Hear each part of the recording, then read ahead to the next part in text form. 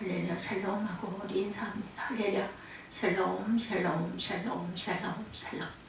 하나님 사랑합니다. 여러분 주 안에서 사랑합니다. 오늘 이사야 17장 말씀 징계의 유익이라는 제목으로 함께 은혜를 나눕니다. 1절부터 14절로 되어 있죠. 13장에서 시작된 심판 예언이 계속해서 이어지는 참 17장입니다. 심판 예언은 바벨론, 아수르, 그리고 블레셋, 모압에 대해서 선언됩니다. 이제 17장에서 그러한 이스라엘 주변 열강에 이어서 다메섹 곧 아람과 북이스라엘에 대해서 있을 하나님의 심판의 말씀이 기록되어 있죠. 이 두 나라 역시 하나님께 범죄했기 때문에 다른 열강들과 함께 쇠락하는 것입니다.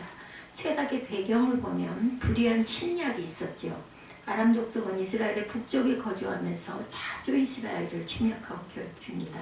그런가 하면 나중에는 북이스라엘이 완전히 하나님으로부터 떠났을 때 그들과 연합을 해서 아직 하나님을 섬기던 남유다를 침공함으로 하나님을 섬기고자 하는 백성들을 끝까지 괴롭히기도 합니다. 열왕기상 7장 1절 22장 31절에 증거합니다. 미워하는 자의 멸망입니다. 시편 25편 19절에 내 원수를 보소서 그들의 수가 많고 나를 심히 미워하나이다. 성도를 미워하는 세상이기도 하죠. 요한일서 3장 13절에 형제들아 세상이 너희를 미워하여도 이상히 여기지 말라 이렇게 말씀하고 있습니다. 또한 불의한 침략과 우상 숭배가 있었어요. 그들은 쇠락이 됐던 배경 중에 이유입니다. 아람 족속은 에서의 후예들과 모압의 후예들이 그랬던 것처럼 자신들이 알고 있는 숭배의 유일한 대상인 야훼 하나님을 의도적으로 거부합니다. 그들은 야훼 하나님 섬기기를 거절한 채 다른 신을 섬겨요. 이 세상에 실제로 존재하지도 않는 허탄한 우상을 섬긴 것이죠. 알고도 야훼를 저버리고 다른 우상을 섬긴 것은 결코 작은 죄가 아닙니다. 우상 숭배를 금지합니다. 레위기 26장 1절에 너희는 자기를 위하여 우상을 만든지 말지니 조각한 것이나 주상을 세우지 말며 너희 땅에 조각한 석상을 세우고 그에게 경배하지 말라. 나는 너희의 하나님 야훼이니라. 이렇게 말씀합니다. 우상 숭배의 악입니다. 갈라디아서 5장 20절에 우상 숭배와 주술과 원수 맺는 것과 분쟁과 시기와 분냄과 당지는 것과 분열함과 이단과 투기와 술취함과 방탕함과 그와 같은 것들이라 전에 너희에게 경계한 것 같이 경계하노니 이런 일을 하는 자들은 하나님의 나라를 유혹으로 받지 못할 것이요. 또한 탐욕이 있었죠. 아람은 그 지리적 여건 때문에 부를 획득하고 비교적 풍요롭게 잘 삽니다. 다메섹은 두루와 시돈과 같이 내륙과 바다를 연결하는 주요의 그 교통 요지이고 요충지였었죠. 그러므로 다메섹의 아람 족속은 그들의 땅에서 얻은 것으로 만족하여 살 수 있었는데도 불구하고 그것에 만족하지 않고 더 많은 것을 탐하죠. 그 탐심의 결과 그들은 불의한 침략을 잃지 않고 마치 강도떼처럼 무기를 들고 주변 민족의 재물과 생명을 약탈합니다. 그리고 그 약탈한 것으로 자신들의 쾌락을 추구하는 데 사용하죠. 탐심의 죄악입니다. 이사야 57장 17절에 그 탐심의 죄악으로 말미암아 내가 노하여 그를 쳤으며 또 내 얼굴을 가리고 노하였으나 그가 아직도 패역하여 자기 마음의 길로 걸어가도다. 탐심은 우상 숭배라고 골로새서 3장 5절에 그러므로 땅에 있는 지체를 죽이라 곧 음란과 부정과 사욕과 악한 정욕과 탐심이니 탐심은 우상 숭배니라. 쇠락의 과정입니다. 사치와 낭비로 인한 국력이 약화되죠. 아람은 앞에서 언급한 죄악들을 범하였고 북이스라엘도 그들을 본받아 같은 죄를 범함으로 하나님의 징계를 받아 쇠락하고 맙니다. 쇠락의 첫 번째 양상은 국력의 약화로 나타납니다. 모든 나라들이 멸망의 길로 들어섰을 때 그렇듯이 아람이나 북이스라엘도 그들의 죄악이 심할 때 모든 국민들이 탐욕으로 인해 사치와 낭비에 빠져 걷잡을 수 없는 국력 약화로 걸어갑니다.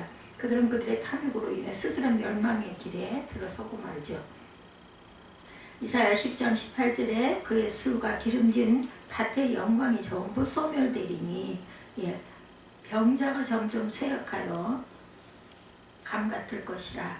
그의 숲에 남은 나무의 수가 희소하여 아이라도 능히 계수할 수 있으리라.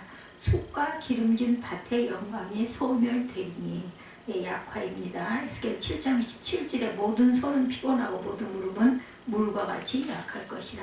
적국의 침략입니다. 국력의 약화로 인해 나라의 군사력과 경제력이 쇠해지면서 주변 힘센 나라들이 당연히 넘보죠.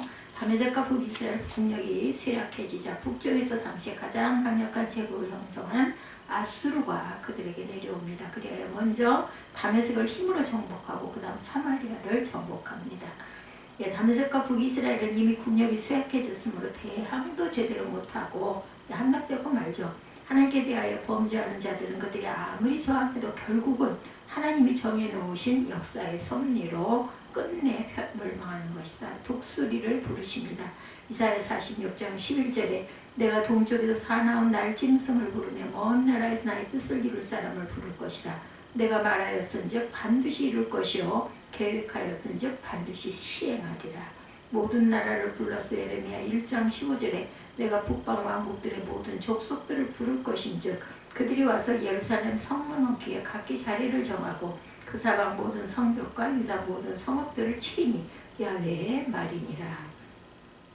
자연재해가 있었죠. 자연과 재해 섭리에 의하지 않더라도 하나님께서 전능하신 오른손을 펴시면 망하지 않을 나라가 없습니다. 소돔과 고모라가 그 대표적인 성읍이죠. 하나님께서 범죄하는 자들을 끝까지 그의 죄의 관용을 버리지 않을 때 자연의 법칙을 깨뜨려서 천재재변을 일으켜서라도 그들을 멸하신다라는 것. 유황과 불입니다. 야훼께서 하늘 곧 한 여호와께로부터 유황과 불을 소돔과 고모라에 비같이 내리사 그 성읍과 온 들과 성에 거주한 모든 백성과 땅에 난 것들을 다 엎어 멸하셨더라. 기근과 지진이 나죠. 마태복음 24장 7절에 민족이 민족을 나라가 나라를 대적하 일어나겠고 곳곳에 기근과 지진이 있으리니 이 모든 것은 재난의 시작이니라. 소돔과 고모라가 대표적인 성읍이었고 한편 아람과 북이스라엘은 그들이 범죄할 때 하나님이 자연을 통해 주시는 여러 경고들을 받았을 것임에도 불구하고 그것을 그들은 무시했어요. 말세도 하나님은 자연을 통해 징조를 주시고 계시다. 지금 현재 병마로 코로나19로 또한 전쟁들이 끊이지 않게 일어나고 있습니다. 쇠락의 결과는 수치를 당하죠. 사치와 낭비로 인해 나라의 국력이 쇠락해지자 곧바로 밀려드는 것은 주변에서는 족속들로부터 오는 질시와 멸시와 이런 손가락질, 나라를 지킬 군사력과 가서 응징할 힘, 그리고 자신들의 삶의 품위를 유지할 경제력이 없어지자 즉시 수치를 당하게 되죠. 더욱 아수르에 의해 점령당하여 죽음을 당하고 남은 재산마저 빼앗기자 신세는 더욱더 비참하게 되어서 수치를 한몸에 받습니다. 범죄의 종말은 이런 것이죠. 악의 결과인 수욕입니다. 내 너와 부흥과 중한 책망으로 내게 벌을 내린즉 너를 둘러싸고는 이방인들에게 내가 수치와 조롱거리가 되고 두려움과 경고가 되리라. 나 야훼의 말이니라. 내가 멸망하게 하는 기근의 독한 화살을 너희에게 보내되 기근을 더하여 너희가 의뢰하는 양식을 끊을 것이다. 영원한 수치죠. 요엘 2장 26절. 너희는 먹되 풍족히 먹고 너에게 놀라운 일을 행하신 너희 하나님 야훼 이름을 찬송할 것이라. 내 백성이 영원히 수치를 당하지 아니하리라. 고통입니다. 타인에게 살던 땅을 빼앗기고 유리하며 먹을 것을 찾아 헤매고 강한 자들이 칼에 먼저 죽음을 당할지 모르는 상황 속에 있다고 상상해보고 그것이 얼마나 고통스러울지 우리가 짐작이 되죠. 나라를 잃은 다메섹과 북이스라엘 백성들이 바로 그 상황에 놓입니다. 그들은 과거의 영화와 평안과 풍요등은 전설로 간직한 채 비참한 처지에 놓이죠. 공포와 배고픔과 피곤 이런 것들이 그들의 친구가 되고 맙니다. 악인들의 소득은 고통이라고 잠언 15장 6절에 가산이 적어도 야훼를 경외하는 것이 크게 보하고 번뇌하는 것보다 나으리라. 채소를 먹으며 서로 사랑하는 것이 살찐 소를 먹으며 서로 미워하는 것보다 나으리라. 고통하는 때가 디모데후서 3장 1절에 너는 그들로 하여금 통치자들과 권세 잡은 자에게 복종하며 순종하며 모든 선한 일 행하기를 준비하게 하라. 멸망하죠. 이사야 선지자는 다메섹이 장차 성읍을 이루지 못하고 무너진 무더기가 될 것이라고 예언했어요. 이 말은 다메섹이 장차 세월이 흘러도 다시 옛 힘을 찾지 못할 것이라는 그런 말이죠. 그저 지방의 한 도시로 남게 되었어요. 하나님께 범죄하는 결과란 비참한 고통과 멸망뿐이다. 죄인에게 있어 그 이외의 것들은 없다라는 거죠. 악인의 멸망에 대해서 야훼를 버린 자가 멸망한다고 이사야 1장 28절에 시온은 정의로 구속함을 받고 그 돌아온 자들은 공의로 구속함을 받으리라. 그러나 패역한 자와 죄인은 함께 패망하고 야훼를 버린 자도 멸망할 것이라. 그래서 17장 내용 전체는 하나님을 도외시하고 우상을 섬기고 탐욕에 가득 차서 남의 것을 탐하고 그 탐심으로 타인의 것을 가지고자 할 때 그런 것들의 모습을 좋다 여기고 그 행위와 삶을 쫓아 행할 때 돌아오는 것은 수치와 고통과 멸망이다. 다메섹과 북이스라엘에 보여주는 역사가 이 사실을 생생하게 말하고 있습니다. 우리는 우상과 탐욕과 탈취의 죄악을 행하지도 따르지도 말고 오직 선과 의로 하나님 섬김의 도에 충실해야 할 것입니다. 이사야 17장 1절에서 14절 말씀 징계가 우리에게는 유익하다. 17장은 이제 이방국가 10개국에 대한 심판 예언 중에 5번째인 아람에 대한 예언과 북이스라엘을 향한 예언이 함께 기록되어 있었어요. 우리가 주석에서 쭉 돌아봤죠. 1절에서 3절은 다메섹 멸망에 대한 예언이 나옵니다. 예루살렘이 남유다의 수도로 남유다 전체를 상징하는 것처럼 아람의 수도인 다메섹도 아람 나라 전체를 뜻합니다. 여기서는 다메섹을 비롯해서 아람의 모든 성읍들이 무너진 무더기가 되고 백성들이 멸절될 것이라고 예언하고 있습니다. 다메섹의 멸망에 대한 예언은 앞에 있는 이사야 7장에서도 이미 주어진 적이 있는데 여기서는 보다 확정적으로 선포하고 있죠. 다메섹에 대한 예언은 2절 말씀에 보면 사람들이 사는 성읍들이 양들의 방목지로 사용될 수밖에 없을 정도로 황폐할 것이고 더욱이 그 황폐함의 정도가 심해서 남아있는 사람이 전혀 없게 될 것이다 이렇게 예언하고 있어요. 2절 볼까요? 17장 2절 아로엘의 성읍들이 버림을 당하리니 양무리를 치는 곳이 되어 양이 눕되 놀라게 할 자가 없을 것이며 이렇게 말하고 있어요. 그 자리에 양이 누워도 아무도 놀라지 않는다. 그 정도로 황폐해진다는 거죠. 아람이 이런 예언을 받게 된 것은 열왕기하 16장에 보면 아람은 르시남 때 이스라엘 베가 왕과 연합해서 남유다를 친 적이 있습니다. 이사야는 이때 남유다 백성들의 두려움을 이사야 7장에서 숲이 바람에 흔들린 같이 흔들렸다라고 표현하면서 그 두려움이 매우 컸다고 말씀하고 아모스 선지자도 다메섹 사람들이 이때 매우 잔인하게 유다를 공격해 왔었다고 증거합니다. 남유다 백성들은 그토록 잔인하게 공격하고 두렵게 했던 아람이었지만 결국은 하나님의 심판 가운데 멸망하게 되는 것은 하나님의 백성들이 힘을 얻을 수 있도록 이와 같이 예언하게 하셨죠. 이 다메섹 멸망에 대한 예언은 기원전 732년경 아수르 왕 디글랏 빌레셀이 다메섹을 함락시킴을 통해서 성취됩니다. 이렇게 해서 상업의 중심지로 매우 번창했던 다메섹은 다시 과거의 영화를 회복하지 못한 채 지금은 이렇게 지방도시로 남아있을 뿐이죠. 4절에서 11절은 사마리아의 멸망에 대해서 북이스라엘에 대해서 말하죠. 이 역시 사마리아는 북이스라엘의 수도이고 북이스라엘을 향한 예언입니다. 아람에 대한 예언에서 갑자기 북이스라엘에 대해서 예언하고 있는 것은 북이스라엘이 아람과 서로 동맹을 맺었기 때문입니다. 북이스라엘의 멸망에 대한 예언도 이미 앞에 있는 이사야 9장에서 주어졌었는데 거기서는 그곳에서는 거듭된 하나님의 징계에도 불구하고 회개치 않는 교만과 패욕으로 인해서 북이스라엘이 멸망할 것을 예언했었어요. 7장에서. 근데 여기서는 앞에 있는 1절에 3절에 언급된 것처럼 그 동맹국 다메섹 멸망 예언과 관련해서 하나님을 의지하지 않고 결국 멸망하게 될 이방 국가를 의지해서 그들과 동맹을 맺고 그들의 우상을 섬긴 어리석음으로 인해서 멸망하게 됨을 예언합니다.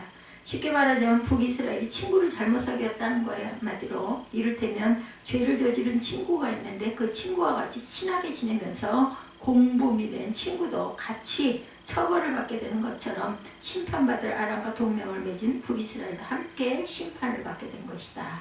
근데 여기서 이사야는 국가로서의 북이스라엘은 이방 국가와 동맹을 맺어서 세속적인 타락을 했기 때문에 멸망하게 되겠지만 그 백성은 하나님께서 한번 택하신 선민들이기 때문에 소수의 의인들이 반드시 하나님께 회개하고 돌아와서 구원받을 것이다 라고 예언합니다. 이러한 예언을 통해 우리는 하나님은 비록 택한 백성이라 할지라도 이방인들과 동일하게 범죄에 대해서만큼은 반드시 징계를 하신다라는 거죠. 우리 아버지 되신 하나님은 하나님의 자녀들은 우리에게 특별한 관심과 은혜와 사랑을 베풀어 주시지만 경찰청장의 아들이라도 죄를 지었으면 처벌받는 게 마땅한 거죠. 죄에 대해서만큼 엄중하게 징계하신다는 것을 다시 한번 깨닫게 됩니다. 그렇지만 하나님께서 한번 택하신 백성은 징계하는 중에도 결코 완전히 멸절시키지 않으시고 반드시 회복시키시고 구원하시는 하나님의 긍휼하심을 보게 됩니다. 여기서 또 한 번 하나님은 공의 하나님이시면서 동시에 사랑의 하나님이심을 깨닫게 되죠. 오늘 말씀을 통해서 우리는 하나님의 징계하심에 대해서 생각해 봅니다. 오늘 우리 시대를 보면 해마다 각종 범죄가 생겨나고 갈수록 악해지고 범죄율도 더 높아가는 것 같아요. 그럼에도 불구하고 우리나라는 처벌이 약하다는 생각을 하게 되죠. 중국과 같은 경우는 식품에 대해서 범죄했을 때 사형을 내리기도 한다고 그러네요. 우리나라는 식품위생법을 위반해도 벌금형과 영업정지 정도의 처벌만 내려지니 계속해서 범죄가 되는 것 같다는 생각이 들기도 합니다. 그래서 징계라는 것은 없으면 좋겠지만 동시에 없어서는 안 될 꼭 필요한 것이라고 할 수 있죠. 본문 말씀을 통해서 우리가 보게 되는 것도 특별히 북이스라엘에 대한 하나님의 징계를 통해서 징계의 유익이 있음을 보게 됩니다. 징계가 우리에게 유익한 것은 무엇일까? 먼저는 징계를 통해서 하나님을 기억하게 되죠. 어느 집사님의 남편이 성실하게 신앙생활을 잘했었는데 사업을 하면서 바쁘다는 핑계로 하나님을 멀리하더랍니다. 그래서 안 집사님은 기도하면서 남편에게 계속해서 권면을 했지만 소용이 없었어요. 그러던 중에 안타까운 마음에 남편의 다리가 부러져도 좋은지 제발 하나님께 돌아오게 해달라고 기도를 했다고 그러죠. 그렇게 기도했는데 하나님이 정말 그 기도에 응답을 하셔서 남편이 교통사고를 당하게 됩니다. 그리고 그 일을 계기로 다시 하나님께 돌아오게 됐다래요. 우리 인간들은 미련해서 징계받기 전에 미리 깨닫고 돌아오면 좋을 텐데 그것을 하지 못합니다. 그래서 하나님은 징계라고 하는 방법을 통해서 깨닫게도 하신다. 이스라엘 백성들도 하나님을 떠나 범죄한 가운데 전혀 깨닫지를 못했어요. 하나님이 살아계신 것조차 잃어버리게 됩니다. 본문 10절에 이는 내가 내 구원의 하나님을 잊어버리며 내 능력의 반석을 마음에 두지 아니한 까닭이다 라고 기록된 것처럼 징계가 없으니 그들은 하나님을 잊어버렸습니다. 그래서 징계가 필요했고 하나님께서 이스라엘을 징계하실 때 7절 말씀에 그날의 사람이 자기를 지으신 일을 바라보겠으며 라고 기록된 것처럼 하나님을 잊어버리고 기억하지 못했던 이스라엘 심판의 날에 그제야 하나님을 기억하고 돌아오게 될 것이다 이렇게 말하죠. 징계라는 것은 이렇게 하나님을 기억하게 만드는 유익이 있다라는 것. 그렇지만 징계를 받고 난 후에 하나님을 기억하는 것은 미련한 거죠. 지혜로운 사람은 징계를 받기 전에 하나님을 기억해야 합니다. 또한 징계의 유익은 죄악을 던져버리게 해주죠. 하나님은 거룩하셔서 죄를 용납하실 수 없고 죄를 미워하신다는 것은 초신자들도 잘 알고 있습니다. 우리는 성경 말씀을 통해서 수많은 가르침을 통해서 이 사실을 너무나 잘 알고 있어요. 그럼에도 불구하고 죄에 대한 욕구는 너무나 크고 유혹이 강해서 우리는 죄에서 떠나 살지를 못합니다. 늘 죄짓기를 반복하죠. 이럴 때 징계는 그 죄의 유혹을 던져버리게 하는 힘이 있다는 것. 어린아이가 불 앞에서 불장난을 한번 해보고 재미가 있으면 계속해서 불장난을 할 텐데 그러다 뜨거운 불의 화상을 조금만 입고 다쳐보면 어떻게 돼요? 다시는 불장난을 하지 말아야 되겠다고 생각하죠. 하나님께서 우리를 징계하실 때에도 징계가 이런 기능을 해주기 때문입니다. 저도 어린 날 성냥불을 피는 걸 장난하다가 손끝을 대고 나서는 그 다음부터는 성냥불을 그 성냥을 그어야 되잖아요. 그걸 못했어요. 아무런 징계도 없다면 계속해서 죄를 저지르게 될 것이고 그렇게 계속 죄 가운데 있다가는 큰일이 날 것을 아시기 때문에 그 죄악된 길에서 돌이킬 수 있도록 하나님은 징계를 주시기도 한다.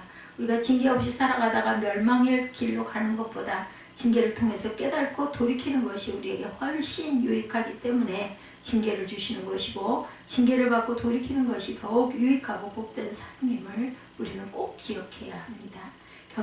징계의 유익은 이뿐만이 아니죠. 징계를 통해서 우리는 성도의 우리의 참된 신분에 대해서 깨닫게 됩니다. 히브리서 말씀에 징계는 다 받은 것이 오늘 너희에게 없으면 사생자요 참 아들이 아니니라 라고 말씀하신 것처럼 하나님은 우리의 아버지가 되시고 우리는 사랑받는 하나님의 참 자녀들이기 때문에 하나님은 우리에게 징계를 하시기도 한다.